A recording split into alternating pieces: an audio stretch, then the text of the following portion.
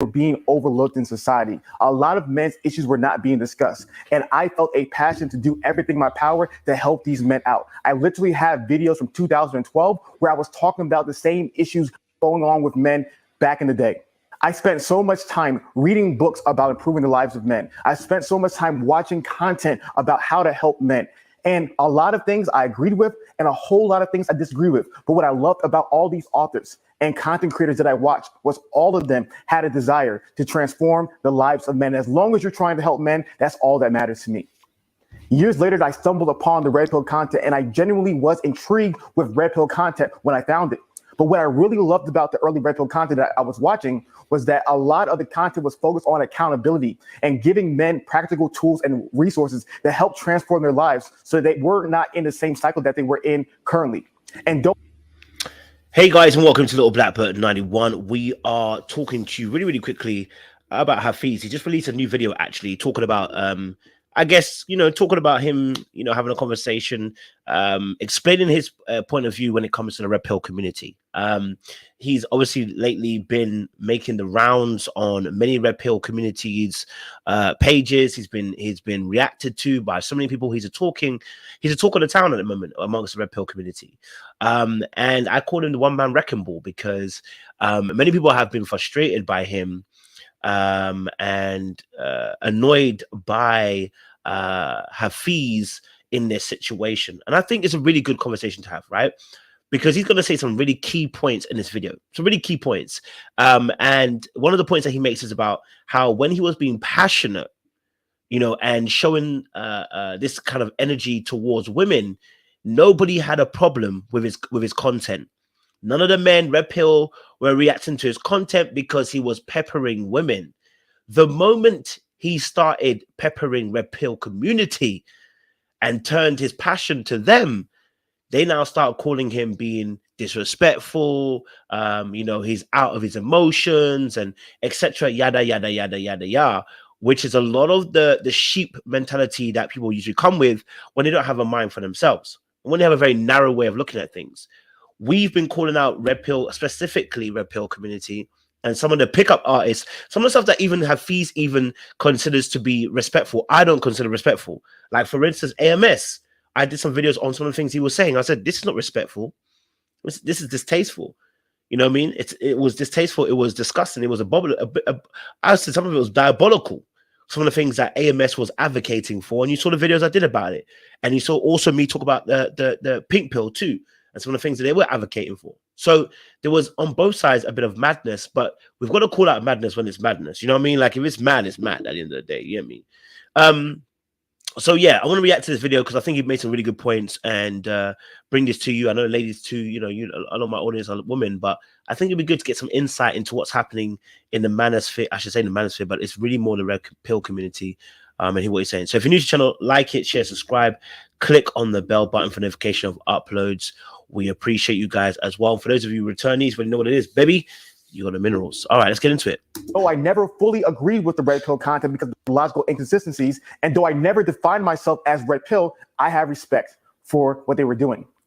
But as the years progress, I begin to see a shift in the content.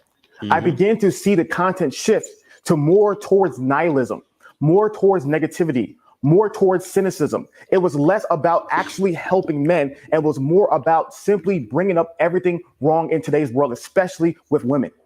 And what I saw... And this is where I am with Hafeez on this. I am sick to death of hearing Redpill. Listen, I go into Redpill community, I go into Redpill videos, and every single one seems to be about how bad women are. And after a while, it just gets tiring. After a while, it just gets tiring. All your content is solely focused on how bad women are. It's tiring. Okay? All right? It's tiring. It's boring. You know what I mean? It is boring. And after a while, all it does is what he said, which is nihilism, right? It creates a dark cynicism about women. You don't want to be in that place. And same with women when it comes to men. You don't want to be taken, and I'm talking about a specific type of feminism. Like, I hate this rhetoric about all feminism is bad. No, there's some feminism that's really good and was needed. There is some feminism that's very dark and that's very tiring, and that's very boring, and men are trash, and we need to listen. That kind of feminism, I need it out the window. Same as I need some of this red pill community, some of this red pill information taken out, right? Like I remember when I first was introduced to red pill, I rejected it at first, right? And actually, it was a woman that actually I was introduced to through red pill. It was a white woman, and she was talking about hypergamy, and I was like, hypergamy, what the frick? I was like, wait, what's this hypergamy that they're talking about? Like hypergamous or whatever it was. I was like, what, women date up? And I guess, do you know what? Somebody said something really powerful, and I'll see if I can get it, and we can discuss it. But and maybe the reason why I couldn't accept hypergamy as much is because, as you know, what someone said, you know what, when it comes to black women specifically, probably we're seeing less hypergamy and women actually dating down. And I was like, oh, maybe that's why I didn't agree with hypergamy, because I dated black women only, and being around black women, I rarely saw the push of dynamic of dating up. Now, I do believe women in general do tend to try and date up in terms of status, power, and wealth. I think they do. But I think what I also saw a lot of times were people at my age anyway, were either dating their same age mates in terms of power, wealth, and status, sometimes dating down, you know what I mean? So there's that conversation, but we can talk about that. We can talk about that another time. You know what I mean? Like it's another topic in itself. Okay, cool. Let's listen to what else you got to say. Right? What this content was doing was the content was turning men into what we call BRCs, individuals who only want to blame, rage, and complain. And to me, it reminded me a lot of what modern feminism has evolved into, a community of women where all they want to do is blame, rage, and complain. And what really began to grow my disdain for the movement was the inconsistencies in the lives of the creators. Because what I was noticing is that the creators were teaching a certain message. They were giving a certain type of advice. They were telling a certain type of story, but they were not believing these stories themselves. They were not actually taking their advice themselves. They would be telling stories about, man, I don't date. I just have sex. But these men were in actual relationships. These men were giving advice and talking about all the horrors of marriage, while these men were in happy marriages themselves. And so to me, I was really amazed by how these men could literally give out this Kool-Aid and not even drink it themselves. And then the final straw was when I saw all the new generation of red pill content creators. And a lot of these individuals did not even believe in the message. A lot of these men, as well as women, these individuals saw that, wow, there's profit in this. There's money here. There's followers here. There's fame here. And they decided to prey on the hurt, the pain, the issues that men were going on. And I think this is where we're at the moment. I think, you know, what he's talking about, you know, I think this has been I think this has also been quite interesting, right? So I totally understand what he's saying. BRC, definitely. I think that's why I couldn't really rock with them too much. Which is why I didn't like the Kevin Samuel stuff. It's why I didn't like some of the other content creators out there as well, because everything seemed to be a complaint. Everything seemed to be a moan, and everything seemed to be a rage. And it's just like every single time, can your content only be about you raging about the opposite sex and not about how do we actually grow and develop? And since we always call it, and you heard me say it all the time, okay, if every time we talk about the fact that you know, every time we talk about the fact that there's a problem on the women's side, we've got to look about how, as leaders, we've got to be able to transform our community. And I think that's where I found there was an issue. I just wish there was a bit more. You know, I wish there was more. I wish there was more in terms of looking at how do we grow and develop. And then when I say grow and develop, I mean, if we're going to be showing these videos every single time about women doing X, Y, and Z, the growth for me really would be, what is a better behavior? Why are we having these kind of things and bringing solutions to help improve this behavior? But always it seemed to be, this is what women are, and this is what women are, and women are this, and women are that. And every single time, all it does is it feeds into this narrative that women are trash. And do you know what? Like I said, I'm gonna say the same thing. Women aren't free from this either, because they talk about men are trash, and that consistent feeding of men are trash when we go onto Twitter, and then the constant saying of it doesn't mean every man, only if the shoe fits, is nonsense. If you keep saying men are trash guess what's going to happen around you? Men are going to be trash. Same with men. If you keep complaining every single day, every single content, every single piece of advice that you have is how women cheat, is how women disrespect, how don't date single mothers, how women are disrespectful. If that's all you've ever got to offer about what experiences you have with women, you are creating this environment where people start to look at opposite sex as a problem always, and never how they can be a solution to the situation. Right? Yeah. So that's the issue.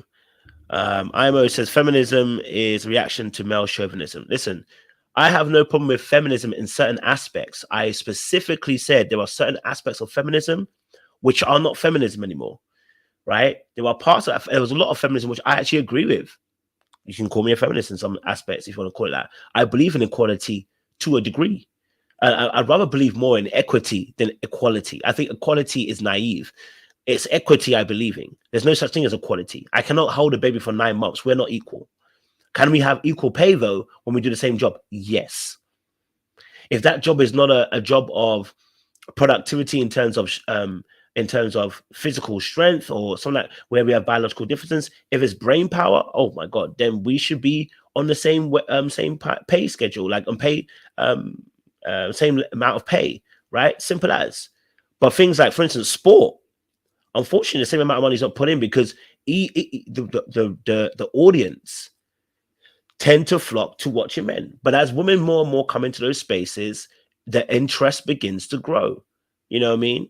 Listen, I love to see women do 100 meters, but I ain't gonna lie to you, I prefer seeing the men. So no homo.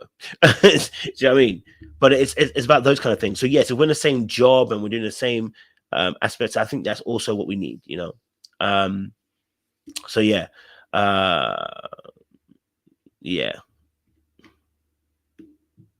They paraded themselves as heroes of men, but they were simply profiting on men's pain. Because these individuals realize that as long as I keep on making videos about the problem with women today, as long as I keep on making videos showing the worst in women, as long as I keep on making this kind of content that fuels the rage in men, I will continue to make money. And if you don't believe me, let me show you an example from the type of content we've put out. So the biggest thing for me is I love accountability on both sides. Call out the men and call out the women. So a couple years ago, I did a video called Men, It's Time to Level Up. And in that video, I was calling out men and saying, men, it's time for us to be responsible for our lives and take advantage of the tools before us to transform our lives. And that video earned me $329 from YouTube. Now watch this. Then I did a video called The Sad Reality of Beautiful Women Today, calling out the entitlement in attractive women today.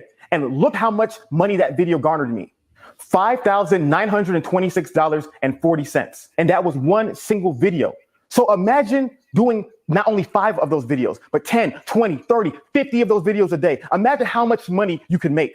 Imagine how much followers you can gain.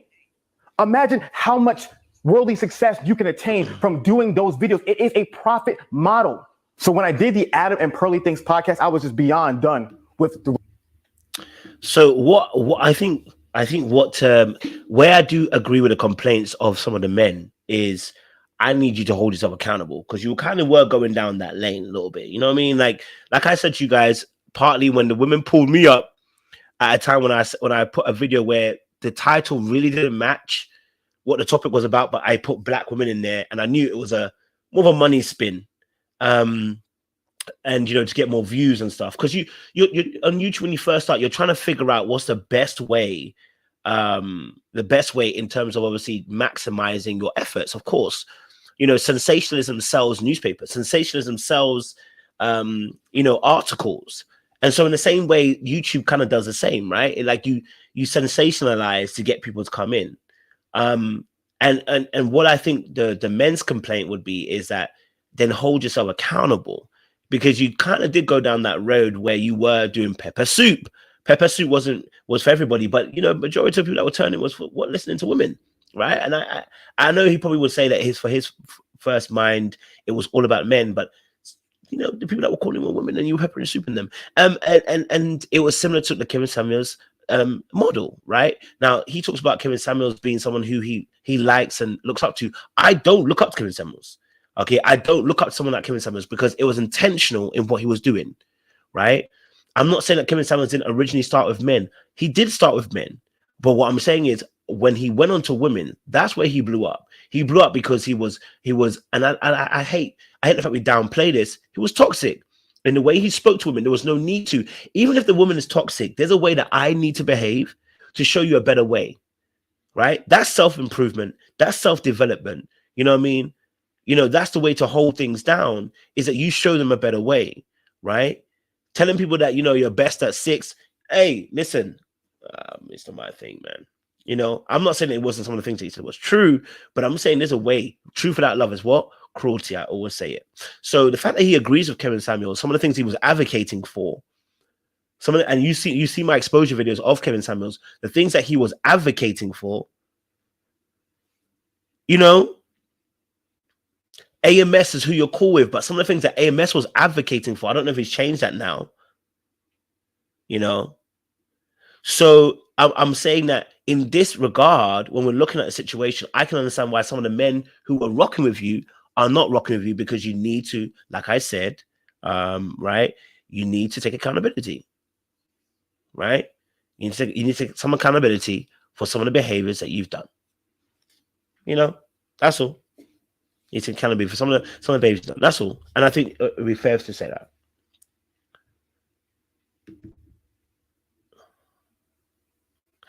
To be fair, I have to be fair to Hafeez. He's never been fully Redpill. Never. You know, he's never fully been Redpill. He's never fully been Redpill. What he has done though is align some of his viewpoints with them, which is fair, because I think that it's not everything they say that's wrong. But what he has done is he's been so close to the fence. I think that's why people are like, he's a middleman, rather than saying, okay, he completely opposes them, but then says, you know what, there's certain things I agree with. I think that's why there's issues there, right? Like for me personally, I would be opposed to Kevin Samuels. I'd be opposed to AMS and a lot of their message. Not all of it, but a lot of their message. I think that's why, you know, the situation. He has been more, I would say he's been someone who has not been necessarily Red Pill, but he has aligned himself with people like AMS and Kevin Samuels, who have problematic views, I believe, or at least had problematic views. I'm not sure if they have them anymore. Okay. So, yeah. Red pill type of content. And during the episode, I wanted to share my passion and how much I cared about men and how much I wanted this content to change. And what's really interesting about those episodes is there was a community of men who wanted to attack the way I communicated. But what's very interesting is, for all those who've watched my content, you guys know that I am a very passionate person when I talk. You guys know I'm Nigerian, and you know how Nigerians get when they talk. That whether I was talking to the OnlyFans girls on Fresh and Fit, I was doing my live stream or doing my independent videos, when there's something I really care about, I talk about that very passionately. And that's been consistent through all of my content. And so it's very interesting that in the past, when I was using the same exact tone, the same exact passion to go at the issues of women today, nobody had a problem with it. But the moment I use that tone, use that passion that I have to go at the BS I see going on in the spaces of men, now all of a sudden it's emotional. My favorite speakers speak with the most passion. That's why I love Dr. Peterson. That's why I love Gary Vee, which is why I love Mark Driscoll, and which is why I really enjoy Andrew Tate. I love people who are passionate and expressive with their words. But nevertheless, I realized that my approach was wrong. Though never for a second am I apologizing for what I said, but I realized my approach is wrong, and here's why. Currently, we live in a post-truth era where people don't even care about the truth. What they care about is how those words make them feel. So I think only the Just Pearl one that I feel like it was a bit offish, because I wasn't sure what it went into sarcasm, and I'm always a bit, you know, me and sarcasm don't do too well. Do you know what I mean? So I think for me, it was a sarcasm aspect with Just Pearl that I saw that both of them were moving mad. You know what I mean? Like in that situation.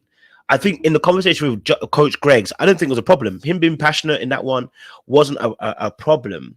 But I think in the Just Pearl one, he got pulled out a little bit. You know, he got pulled out a little bit because it was like, we're just having fun, aren't we, guys? We're just having fun, and it didn't come off the way I think he might have wanted it to, and for that I can understand.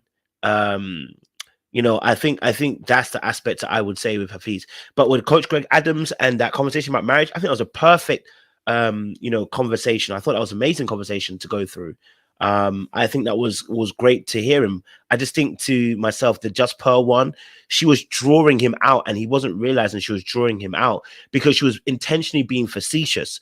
And so, as you see the audience, how they have jumped onto Just Pearl, that's another conversation. But we need to talk about this conversation. How, I'm just going to say it clearly, how a white woman has entered into the black male space, and how they are championing her all of a sudden. I'm just saying, you making it easy for the people to get us black men, because you're making it easy. You know what I mean? I'm not saying, look, the way that people are gassing her position, it's like, yo, some of her talking points don't even make sense.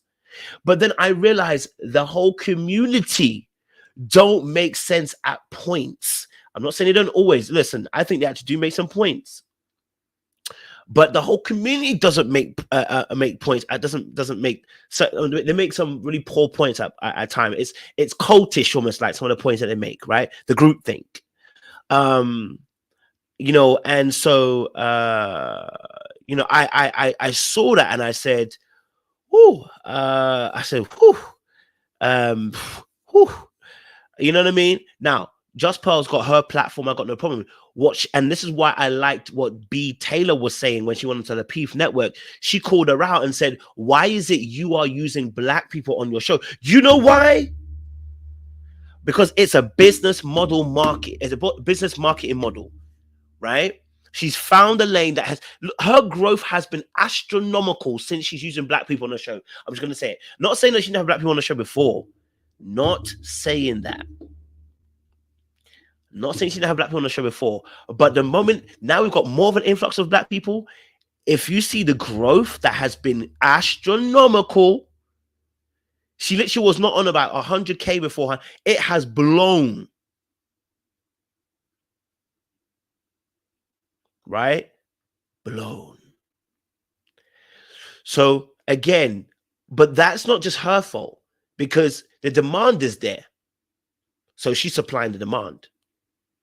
The demand is there, so she's supplying the demand.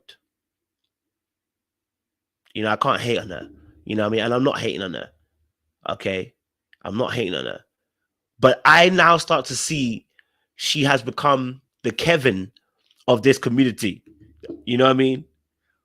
Look, mediocre. Listen, and I say this because I'm watching someone like Mediocre Tutorials, right? Who I think carries more of a balance.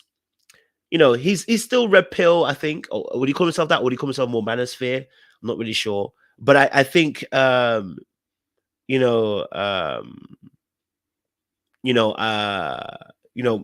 but Mediocre Tutorial, I listen to him and I can get a bit more insight from him. I mean, he's still on the other side. I think we would disagree on a lot of things, but I actually like the way that he presents his stuff. He's always trying to think intellectually.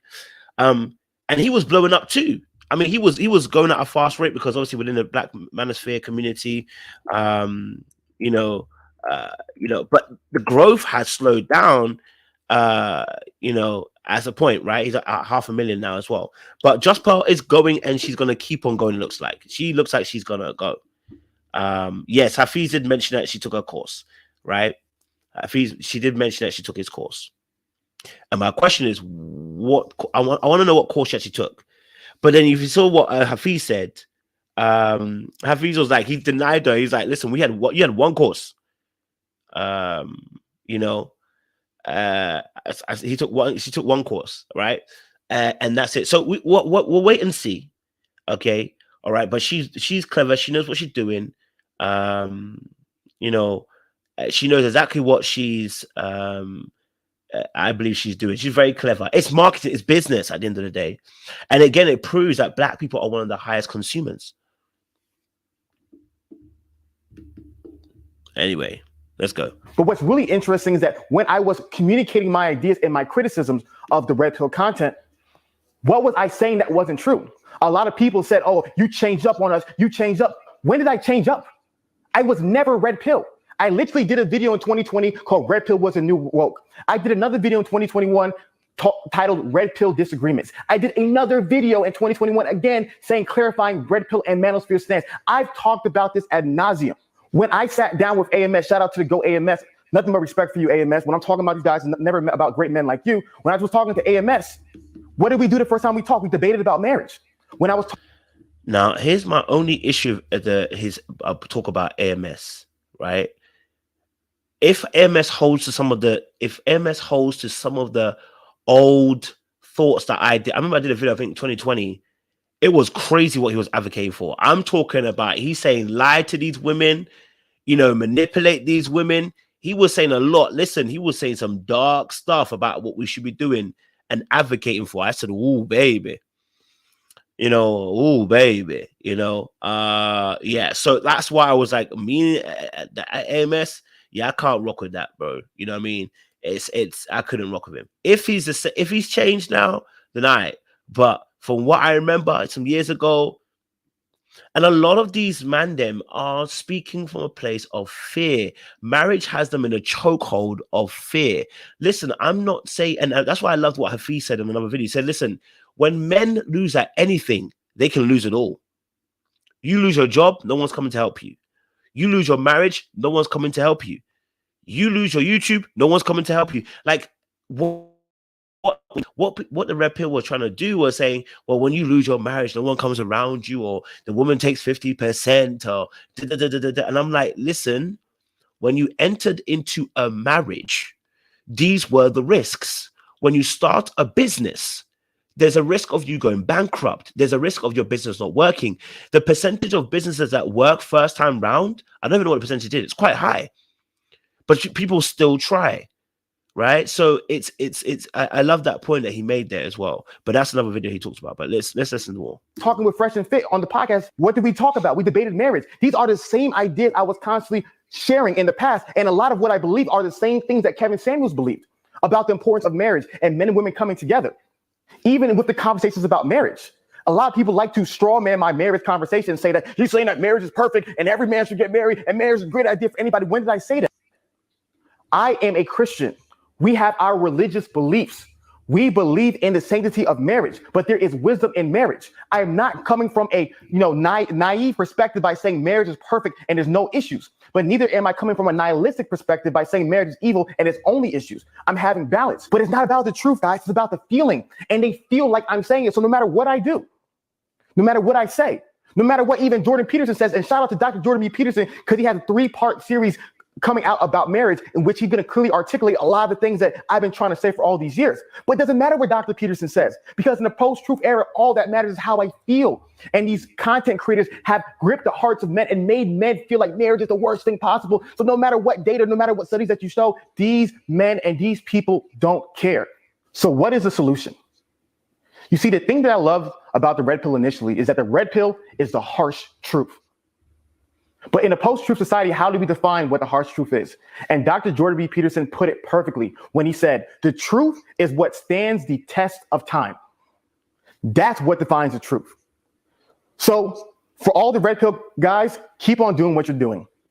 Keep on watching the videos that you're watching. Keep on consuming the content that you're consuming. Keep on reading the books that you're reading. Keep on doing what you're doing.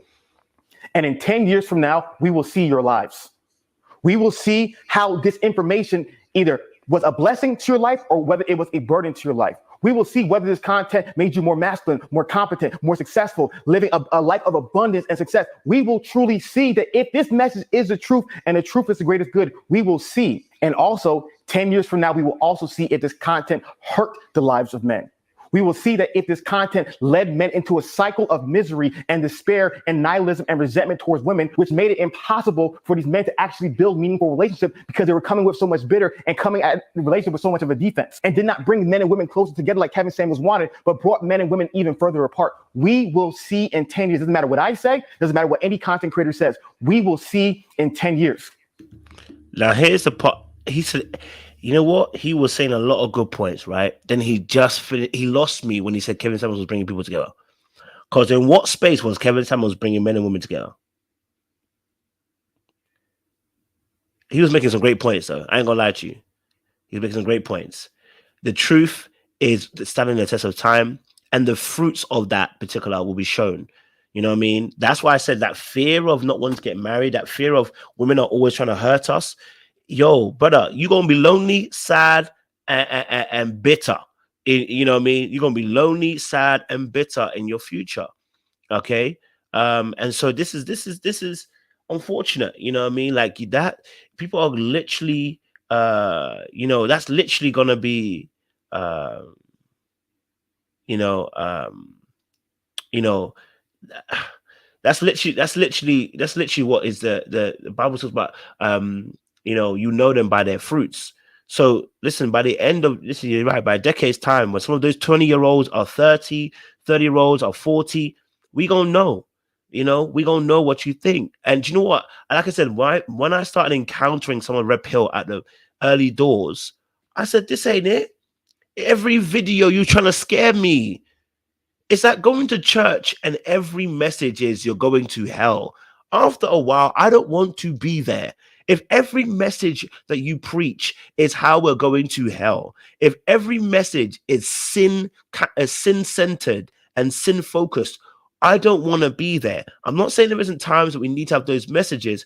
I'm saying if every message tends to be you're going to hell, you're committing sins, and not about the goodness and the mercy and the grace and the truth of the gospel of what Christ is doing and how Christ can impact you, an expulsion and an expansion on the knowledge of who Christ is, I don't want to know. And the same is with these messages when it comes to relationships.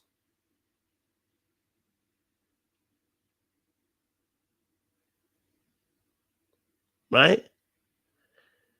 So for me, I want to see more positivity. I want to see more positivity. Now, as for you know, listen, let me be honest with you. Look, let me be real with you. There are cults out there that people will say help them in their journey of faith walk, right? Just because there were some people that were helped does not mean that the method chosen was a correct one. If I've got to damage a lot of people on the way in order to get to the place where I can help just a few, I'm doing it wrong. I don't need to do that. We don't need to do that. If we're trying to bring the community together, then let's bring the community together, right? But disrespecting, being distasteful, and just being downright hurtful in some shape or form isn't the way to go about this. Right? So yes, I have no doubt there are some women who needed Kevin Samuels, who got the Kevin Samuels treatment, it would have worked. All right? There definitely was. But bringing the community together, did you see how the community ended? Did you see how the community ended? That's all you need to hear. Did you see how it ended? Then that will let you know. That will let you know. If we're saying about the community bringing together, what happened in the end? But also what we're going to see in 10 years is how many of your favorite Red Pill content creators are still teaching the same message. We will see how many of these people have switched up the message when they found out it wasn't trendy. How many people you will be able to finally see their lives, and their lives will be exposed and you see, wow, this person wasn't even living this. How many of them will we see? And it reminds me exactly what happened with modern feminism. Right? There's a whole messaging in modern feminism talking about you don't need to get married. You know, you go, girl, be Miss Independent. You don't need no kids. And a bunch of women followed that message. And now those women are in their late 40s, single, miserable, and frustrated because they believed a lie. My fear is that there'll be a whole generation of men who are just like the modern feminists today, who are going to be suffering in isolation because they believed a lie. Men, I love you guys. Whether you love me or hate me, agree with me or disagree with me, the one thing that I want you to know is I want you to be happy. I want you to be flourishing. I want you to be successful. I want the best for every man, whether you're red pill, whether you're popping, whatever kind of pills people are popping nowadays. I want the best for your life. And what excites me more than anything is that instead of just simply complaining about this problem, I'm actively trying to make a change. That I devoted the past couple of years of building the standard. And I'm so excited about what we're building over there. Creating a community that's actually about helping men. A community that makes men feel significant. A community that actually causes the lives of men to drastically transform. I'm so excited. I look forward to you guys 10 years from now seeing all the great things that we've built. to help men. All right. Do you not think that sounds very... All right, cool. Like I said, you know, some people, for some people it's a business. And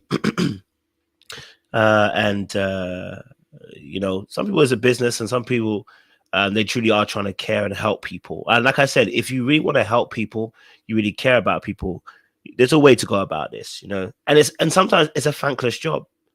You know, it can be a thankless job. It's it can be, yeah, it can be a thankless job, you know. At the end of the day, with the situation, I know some people are saying obviously about the kids situation. Well, listen, I think he was talking about a particular type of feminism, just like I talk about a particular type of Redpill. You know, I think there are aspects of this where it doesn't help any of the people. There's parts of Redpill that don't help. There's parts of feminism that don't help. And I keep telling people, you can have cognitive dissonance. The reality is we live in a world where you can have cognitive. In fact, you need cognitive dissonance, because the reality is we live in reality, right? There are issues where, you know what, the right thing is this, or the appropriate thing is this, but the cognitive dissonance is saying, look, do you know what? Whilst I know that, I can also hold an equally opposing view at the same time. You know, we all have some level of cognitive dissonance in our ability. So I'm not mad at that. I'm just saying, so there are times where someone will be fighting hard. You know, there'll be parts where it'll be hard to hear certain viewpoints, or you might not like something, but you understand that's the reality of things. You know what I mean? So, like I said, Kevin Samuels did his job in parts. There were some parts that were true. And there was a lot of it which was just not needed, and it took away from the message, you know. Yeah, so yeah, that's true links as well. It's absolutely true as well. It does put people against each other. That's what we don't want as well. That's what we don't want as well. So for me, the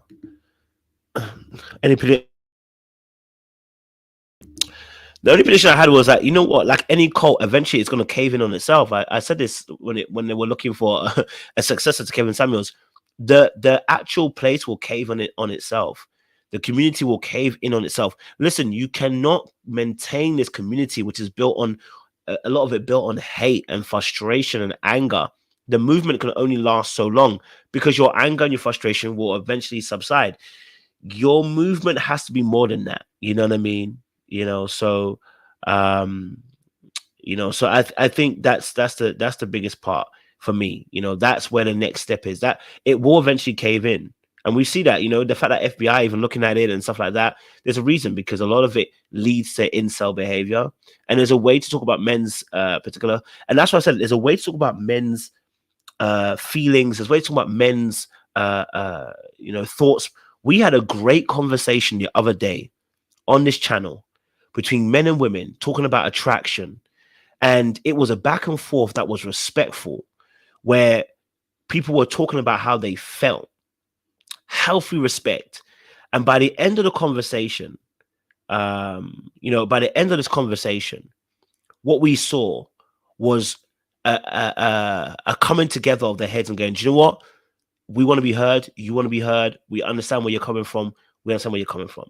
Because intellectual people, when they get together and they start trying to have conversation and dialogue, there's often a healthy respect between the two people, right?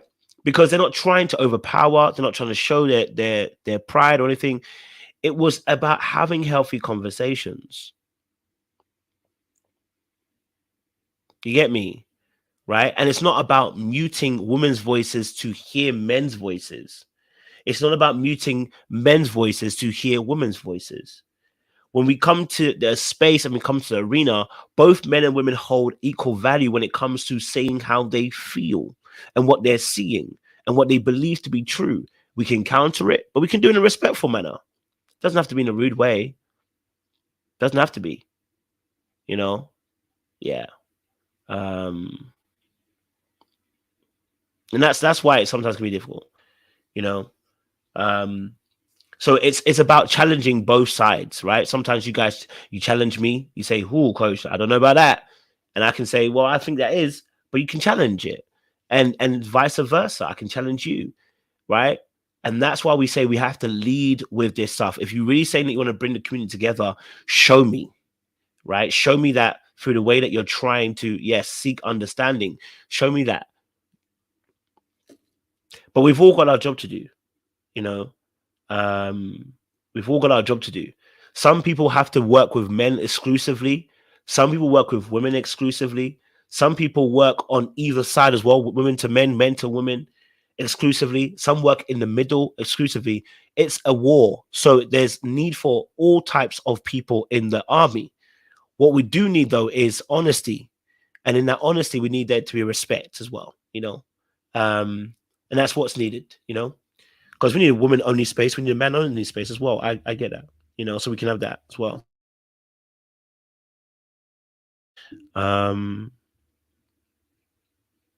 Cheeky Banter says, this has not been true for men, but what's so crazy is it's called a manosphere and women want to infiltrate the space meant for men. I think it's good that we have manosphere. I just need the men to be a little bit more evolved. You know what I mean? Like cheeky. Listen, let's get this real. Men, listen. I've been around a few men who are married, and they have the same banter. And I'm not talking about this single woman or whatever. No, more of a case they have a banter about their wife. Like, oh my god, like yo, it's hard out here sometimes. You know, she'd be complaining, and I'd be nagging, and I'll be like tuning out. Like we make jokes like that. They make jokes. From what I've heard, they make jokes that similar to what we see. And women do the same thing. When they were their women, they were joking about how his bald head is, or his belly, or do you know what, he did this rather than he and frustrated. And those are normal complaints and frustrations that are jokes and almost, you know, lighthearted in a sensible way, because both parties get frustrated with each other. But the parts that I'm not rocking with is genuine, absolute, awesome fear that every single time we have a conversation, okay, that there's fear-induced communication. That's not helpful. I think that's why it is. But yes, the other women infiltrating that space meant for men. Yeah, I mean, there are, but they end up being the same way that the men are. They end up talking the same way the men are. So is it really a problem? Because the women are talking the exact same way. Just Pearly is talking like a man in Manosphere. At least a man like in Manosphere, or at least a man like in Redpill. You know, Danica talking like a man in Manosphere. What's her name? Melanie King talking, you know, almost like the man in the Manosphere. Like, you know what I mean? Like they talk the exact same way. They haven't distracted from the actual message. You know what I mean? Cheeky Banner asks, why do I call it fear though? The reason why I call it fear, because if every message you induce is about how bad marriage is, about how women take 50%, about how women are always trying to get your money, about being high value just so that you can end up having more power than a woman. If every conversation seems to be about a bad thing that happens with the opposite sex, yes, then I'm complaining. Then I'm looking at you that it's fear induced.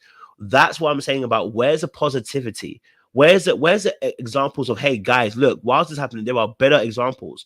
We see this. If every message is about how bad the opposite sex is, without there actually being a conclusion in terms of solution, you know, then yeah, it's always going to be a fear-induced communication, unfortunately, a message. That's why I would say that there's a fear-based issue there, you know. You know, so it's all about having an aspect of an idea. I want men to marry, and if you don't want to marry, that's fair too. You know what I mean? Just be respectful about it. If women don't want to marry, that's cool. If you don't want kids, that's cool. Just be respectful about it. Yeah, Cheeky Banner, if you wanna come on, bro, listen, I'll give you the link. Do you want a link, bro? You can come on for a few minutes. I got about 15 minutes, so if you want to come on and talk, Cheeky Banner, never a problem. Yeah, I'll send you a link if you want to come and talk for 15 minutes or so. It'd be good to have a conversation with you.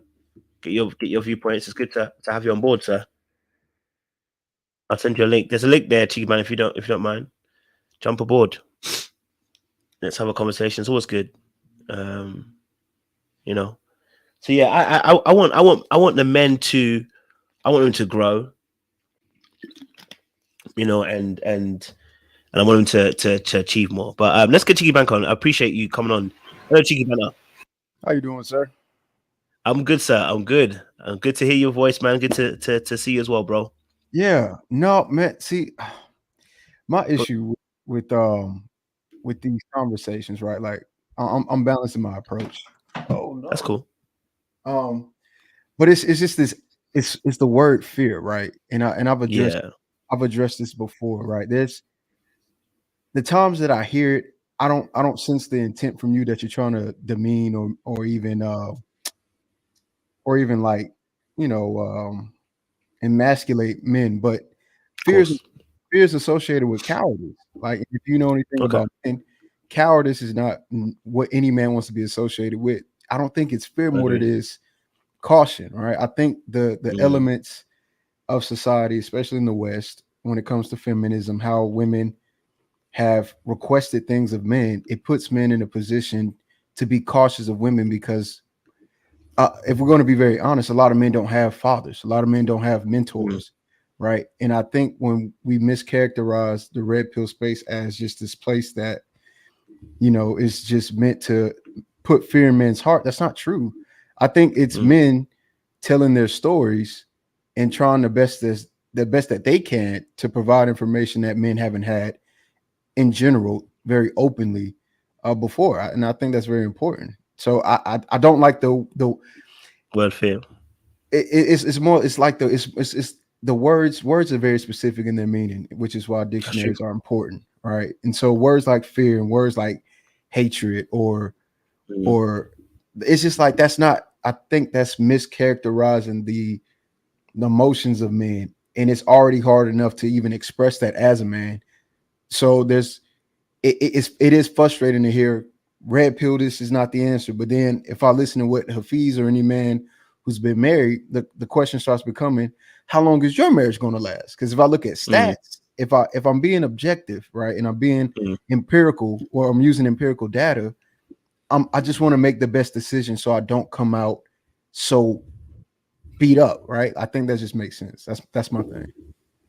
Yeah, no, I appreciate it as well. Thank you for even sharing your thoughts in a respectful manner as well, bro. Yeah, no, listen, I do understand that you know, the word fear can be perceived in a particular way. I think I can give you just a simple definition here. It says an unpleasant emotion caused by a belief that someone or something is dangerous, likely to cause pain or threat. So there is a belief. There's a belief that going into, from what we hear, the constant messaging, and I could be wrong, but this is why I hear is a constant messaging. And it's not all of Red Pill, but there's a lot of Red Pill people who are prominent, who would be talking about their experiences, but then those experiences are not how to say, being given as a caveat that it's descriptive, not prescriptive. So, for instance, if I'm prescribing something, it means I'm prescribing it for the rest of you people, rather than talking about a descriptive thing. Hey guys, this happened to me. This is what I learned, so that in the next time when I go into a situation, I now know what not to do. We've all been in relationships before. Either you might have been cheated on, or you might have cheated somebody, right? But you learn from those experiences. Those of us who take accountability, and I talk about this channel with women too, if you got to take accountability, whether you were cheated on or not cheated on, or whether it was a toxic situation or it wasn't toxic, or even if it's a good relationship, you're going to learn some things from those things. Now, fear comes in when we believe there is something dangerous happening. And the danger here with what I hear Red Pill is marriage. I'm talking about one aspect of it. One aspect is marriage. The danger of a woman coming in and taking half as one aspect. Number two, the danger and the fear of that marriage not lasting or not working, because you gave a stat. For instance, we talk about 50% of marriages fail, right? Okay. So the question is, if 50% of marriages fail, what are we doing to make sure that we're in the 50% that works? Why is it we're looking at the glass half full? So the answer to I get what you're saying, right? But if I want to take a logical approach to anything that involves my life, 50% is piss poor, right? If I'll get on a plane, I don't want the plane to have a 50% chance of crashing. Like if I'm driving a car, I don't want these things to happen. And so you looked up the word fear. Would you mind looking up the word caution? Yeah, that's not worse, bro. I got you. And then I think from there we could have You a want to read it as basis. well? Yeah, sure. I read it? Yeah. Yeah. Appreciate that. Says care taken to avoid danger or mistakes. So they're similar, but they're not the same. I agree. Right. And that's what I'm saying. The reason why I use the word caution instead of fear, because it's very specific. I looked these things up. The synonyms for fear is coward, right? It's in the synonyms. If you look into the thesaurus, it's there. But for caution, it's not. No man wants to be called a coward, but a man does need to be aware and have risk assessment. He needs to have a mind to mitigate risk as well as make the best decision. And the issue that I think that we tend to do is we negate, or we don't necessarily take into full perspective the complexity of human nature.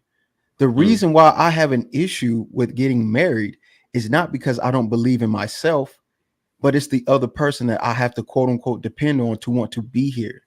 Right. And women have displayed a mindset that they don't need us. And men have displayed a mindset that we only need you all. Well, not every man, but in a general sense, we only need you all for sex and children. Okay. So that's where I agree that there's the intersect of need and how we view one another is unhealthy. But at the same time, women have always been warned or listened to, while men have not. And we can see it through the loneliness of men in this generation, the suicide rate or the deletion of men of themselves, because it's a lonely life being a man.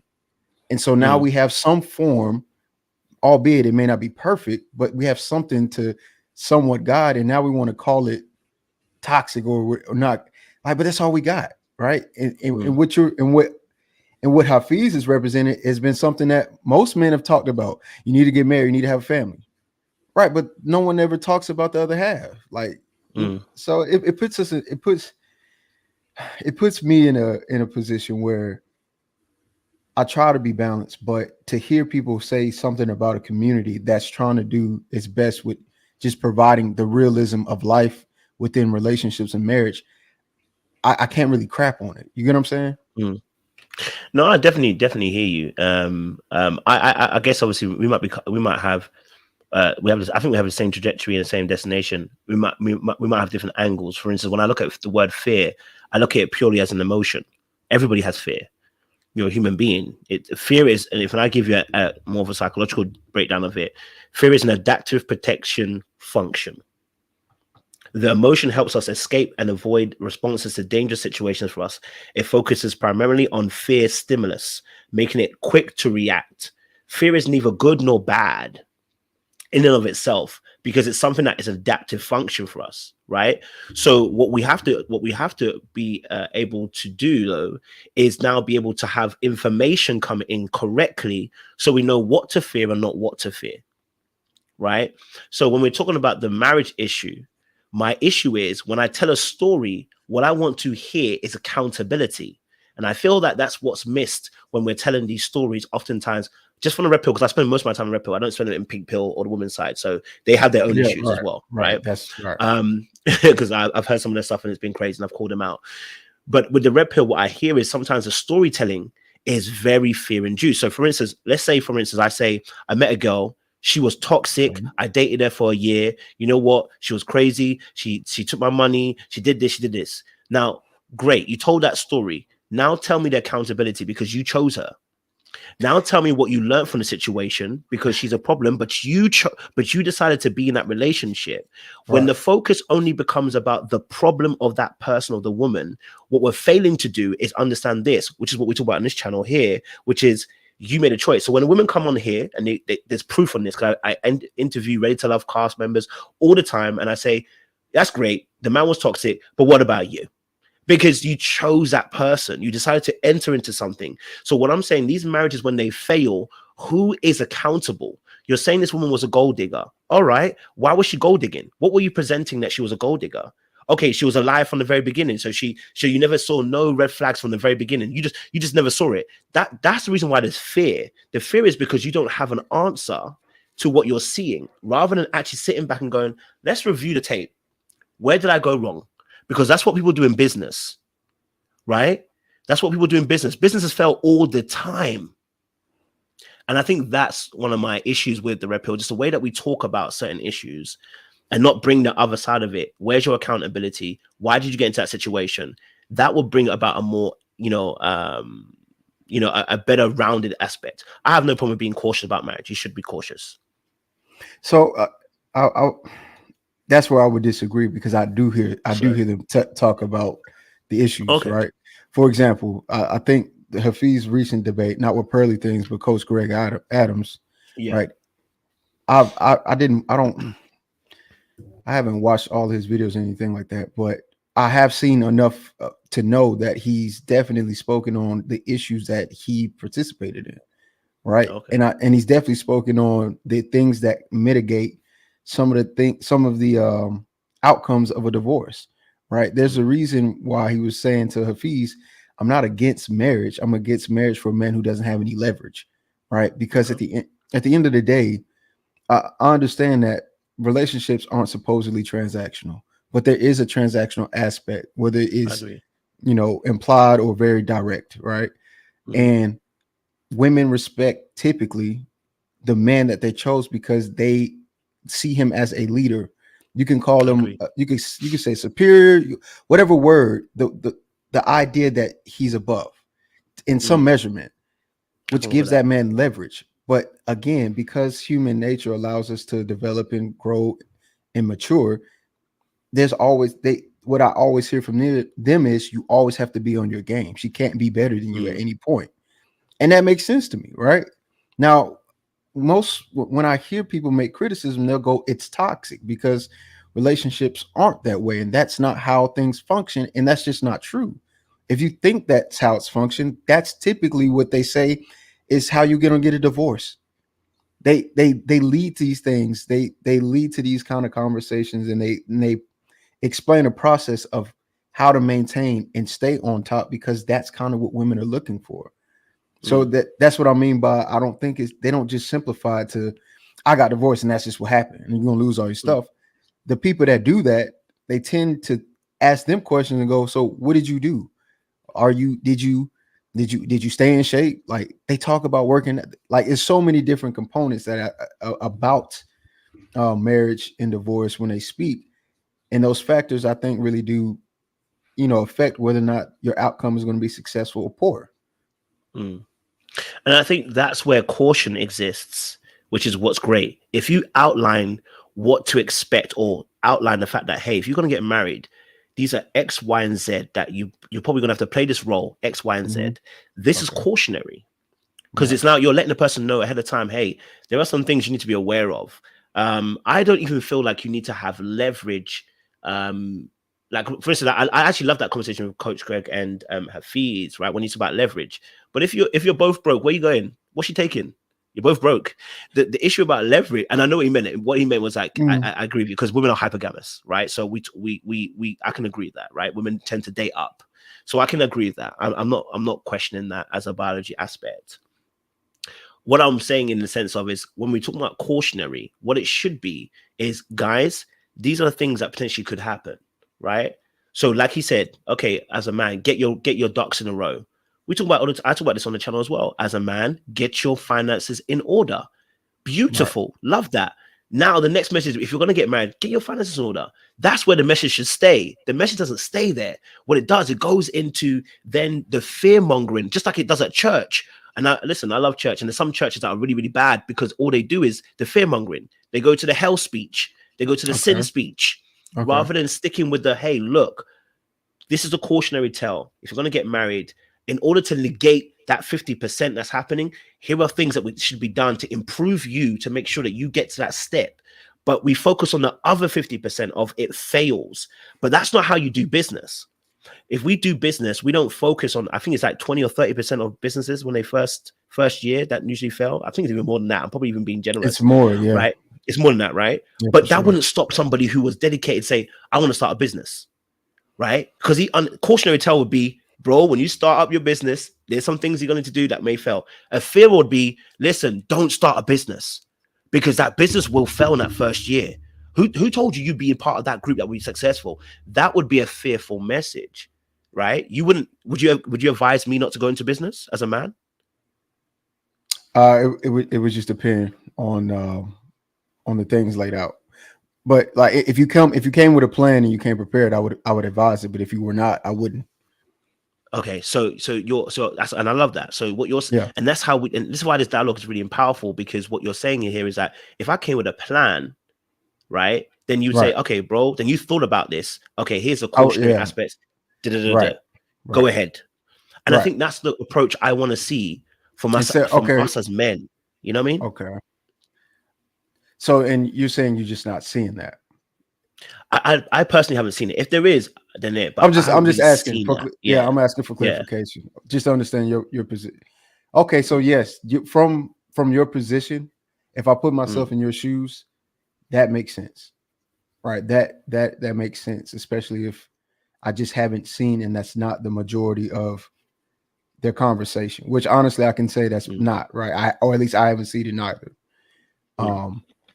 I based off of how you speak, though, you seem to be someone who's religiously connected. So I think that also plays a role in how you view marriage, a very big part, where I think most Americans today, or at least Westerners, have kind of gotten rid of religion and taken on this new approach of spirituality. So I think from that standpoint, because I understand you're a man of principle, by principle, marriage is necessary.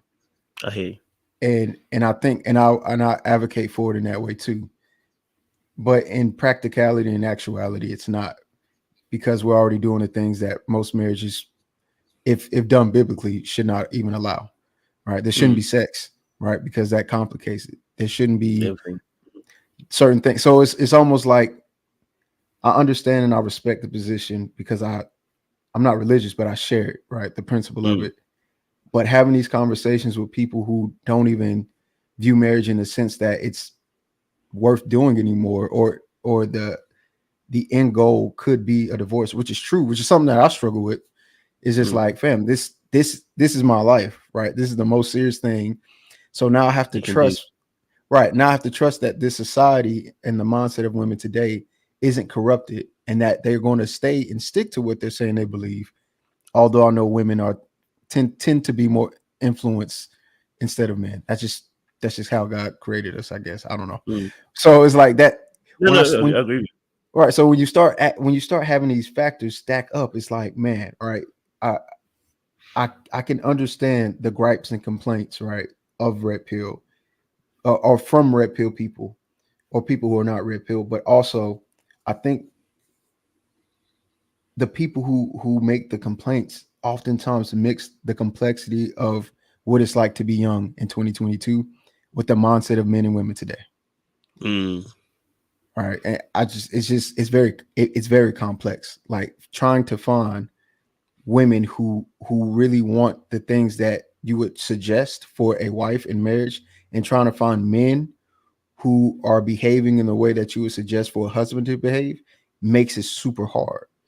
And because we're so stuck in trying to play a game, because that's what dating is, instead of courting, nobody wants to get played, right? And and everyone's cautious of each other. And if you want to use the word fearful, I'm not going to fight it. Like, I'm not mad at it, but it's just, that's all I'm saying, man. So when I hear this, like, man, it's not that simple. It's not like they're just bad people, because that's where my mind goes. But yeah, that was it. I don't want to take too much of your time.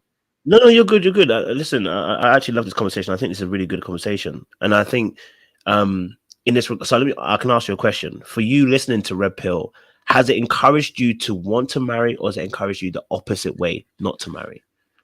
In all honesty,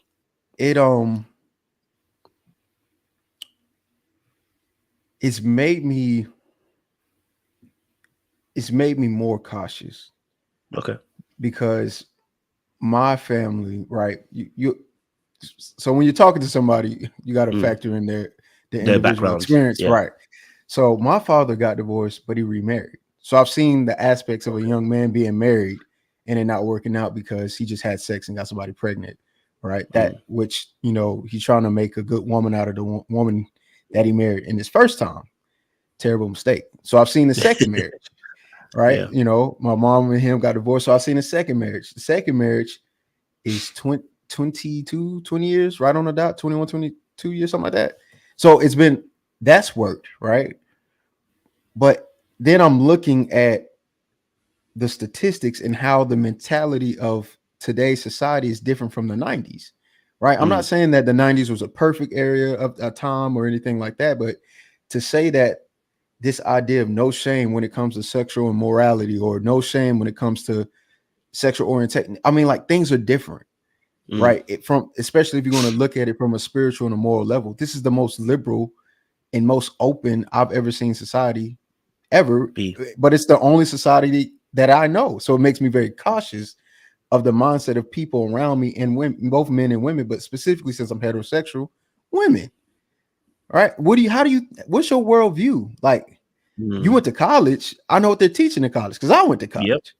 Yep. So now I have to trust, right, that this individual, their mindset, their worldview is aligned with mine and will stay that way.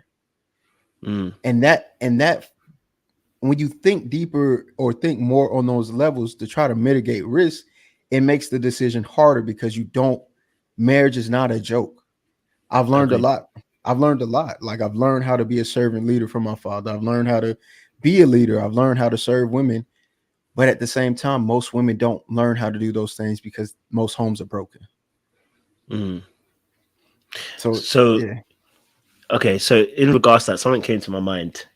So as a faith person, Christian, faith cometh by hearing the word of God. The first part of that equation is faith cometh by hearing. We walk by faith and not by sight. How you walk is in accordance to what you hear. This is the reason why I had a problem with Redpill, because what's going to happen is when you start hearing messages that are consistently negative and then tie it back into what you've actually experienced, we're going to have a great form of confirmational bias. So now the push will be more towards like the more cautious side, and rightly so, because of what you've seen and now what you're hearing. But in order to change it, to bring you to the other side, I need to put in front of you people that have done it successfully to change the mindset. Without that, you will stay on the other side, which is super cautious or cautious, whichever person falls in that particular bracket, and they won't want to go there. Rightly so, because the equation is simple: what I've seen and what I'm hearing. And we walk by faith, not by sight. We walk by what we've heard, and that becomes what we see, and that's how we walk by. So in that aspect, I would agree with that person. But this is why I'm challenging Redpill, because what I'm really saying is, if every message is going to be one of negativity when it comes to marriage, then guess what's going to happen? People are not going to get married. But what you've seen also is a beautiful thing. When you did a beautiful thing here, and because you're an intelligent person, what you gave to me just then, you said, I've seen my father marry someone just because, you know what, it was the right thing to do. Didn't work out. But then you've already got a solution from that issue. There was a problem that was existing beforehand, which has a solution. Don't marry someone just because it's dutiful, because it won't work. That's a solution to a problem. And then you've seen him be successful in the next form of a marriage, right? Where he's also potentially also learned some lessons. Here's what we have to do as a community, right? Me and you now have to go to both my mom and dad have been together for almost 30 or 40, almost 30 something years, right? And not every day is perfect. So I'll be honest with you, I'm not promoting a perfect marriage. You know what I mean? I've learned a lot from watching them and going, oh, that might not be the greatest, right? But because we're intelligent people, what our next job is to do, not just us, but our community as men, is now to go back to those men and ask them what went wrong and what would be the best solutions going forward. Because you can bet you now, any man, my dad will say the mustache came before the beard, right? And what he means in the sense of is, the eyebrows came before the mustache, sorry. And what that means is, as you get experience, right, you start to look back at some of those experiences and go, you know what, there's things that I look back and I wouldn't do it that way. That's what our job is to do. If we want to see success, we have to go back, just like you do in business. You project, you go back the past 5 years and look at the trends and go, okay, in order to be successful, I need to look at the curvature and be very specific and go, okay, this is where we're going. And the same thing happens with marriage. So that's why I called it a fear, because the reality is in business, things fail. You know what I mean? In life, things fail, but we find a way to go around it because we say, let's do the research, let's do our development, let's make sure we've got things in place so that we can negate some of these risks, because life is full of risks. And this is why I loved Hafeez's final point about, he was saying on that Coach Greg Adams, which is when men lose at anything, they lose it all. You lose your job, ain't no one come to save you, bro. You lose your home, ain't no one come to save you, bro. You know what I mean? You lose your marriage, ain't no one come to save you, bro. No one's coming to save you, cheeky banner, and no one's coming to save me. But that don't mean that don't mean be reckless. I get what you're saying. I get it. But when he made the point, I was laughing a lot because I was like, that don't justify it. But sure, because honestly, man, you guys' thought process, I don't agree with it completely, but I understand it, and I appreciate it. I partially agree with it, right? Because I get it. It's almost like why are you dipping your toe in the water? Just dive in. But if it's not water and it's acid, I don't want to jump. Like, I get it. So, and again, I think faith-based does help you guys make that decision, and that's something that I think since that's been stripped away, that aspect of being able to just literally take a leap of faith is gone. Right? We're at a point now where if it's not logical or if it's not proven, especially in the information age, then the response is going to be vehemently no. And I think because of the options, the information, the ability to connect with people from across, like I don't know where you're at currently, but I wouldn't be able to do this in 1990 unless I was a pen pal, right? But I'm not grabbing a piece of paper and writing to you. It's crazy. Yeah. So well, all of those factors, it's like, man, how old are you by the way? Just out of curiosity. I'm 31. And 31. I'm 26. So you what, 6 years? Yeah, 5 years, yeah. So 5, 6. So with that being the case, that 5-year difference honestly makes a world of a difference. I agree. And it's like I can respect, but I can't understand the mindset because of what I've already seen and known. And once it's almost like when Adam when they bit the apple of the tree from the tree of, once you know what you know, once you know what you know, you can't go back. And because I've seen the results of both a failed marriage and a continuous marriage, I've seen the reality of both, and both of them are hard to do. And so now that I know that they're hard to do, and I know it requires from me as a man, and I'm willing to accept those things, I now have to make the right decision of choosing the right woman, because if I don't, it's my fault. And if I do and something happens, it's still my fault. You see what I'm saying? So it puts men, because we're telling men be responsible, and I don't think that's a bad message. We're also telling men to be leaders. We're also telling men to be, don't be fearful. But then, like you were saying, you and Hafeez were saying, if you lose by yourself. And who wants to do that when you're already when your life is already lonely?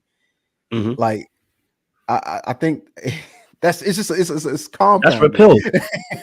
That's Redpill. It's unfortunate truth. That's Redpill. Right, like that's that's sad. it is sad, but do you know what it also means?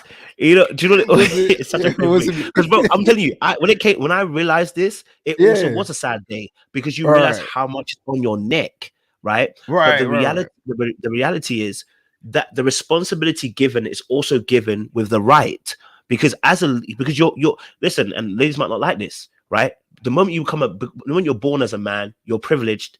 You're privileged into a world of society which benefits you. You can go out. We can go out. We can sow our row oats, go left, right, and center. And let me tell you something. All that will happen is you'll call a hoe, but after that, some girl's gonna marry you.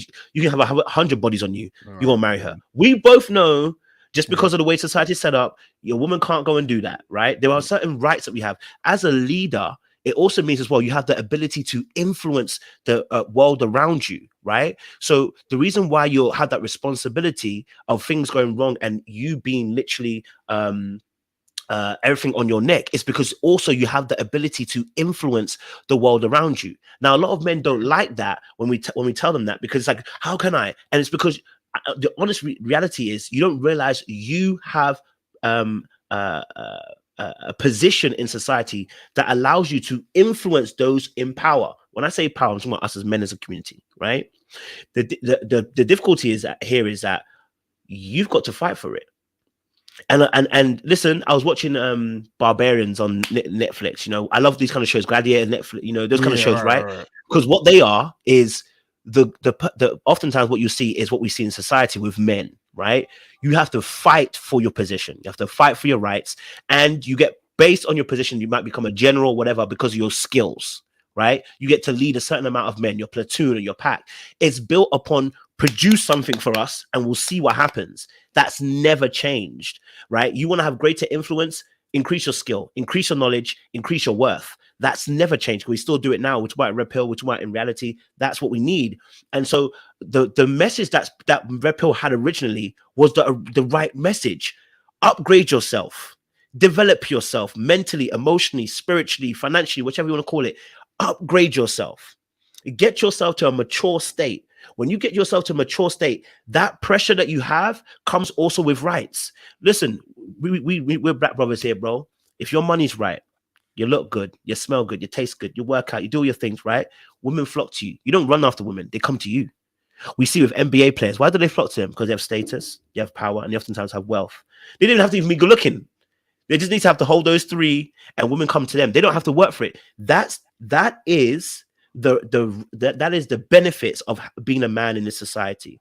You've been given that right, but the responsibility comes with it. The fact that you need to be able to say, "Hey, I'm going to have to influence the world that I'm around. I have to take accountability for my actions." I'm not saying women are not responsible for their actions, by the way. I'm not one of those people that say women are children. I don't get that. That's nonsense. But what I would say is, if a woman encounters you from just like when you encounter your teachers, the very first day is the most important day. Because if you don't set a precedence of how you live your life, she will run your life for you. Because she's got that ability to. She'll run your life for you. And that's where men need to be understanding and say, hey, do you know what?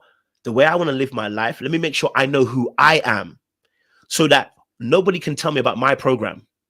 No one can tell me about my business. No one can tell me about me because I'm living my life how I want to live it. I've come to a mature state. And then everything else falls in line with you. But you've got to get right with you first. So there's responsibility and there are rights. You know what I mean? Yeah, I agree with that for sure. Yeah, that makes sense, and I agree with it. I think that's something that I've hold on, bro. Just done for myself. Bro, do me a favor, bro. Are you free later on? Because I'm gonna go live again. Yeah, I'm gonna go live again because I've got a client I need to get to. But are you in live? I'm gonna be live about 10, 15 past 5. For me, and that's 5. But for you, I think what were you at? EST or CST? EST or ES. Yeah, EST. EST.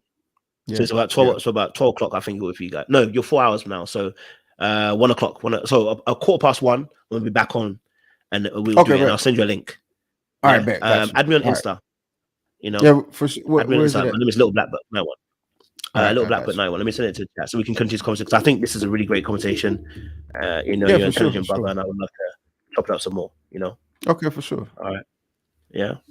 All right, audience, thank you so much. I better hop off because I need to go and get to our client. But yeah, cheeky banner, I appreciate you. We're going to talk more. I'll be back in about an hour's time, so we'll chop it up some more and discuss some real things, man, bro. I appreciate you. All right, we'll do. Appreciate you, bro. All right, audience, thank you so much. We're back in a bit. Much love. We're going to come back in an hour's time. We'll talk some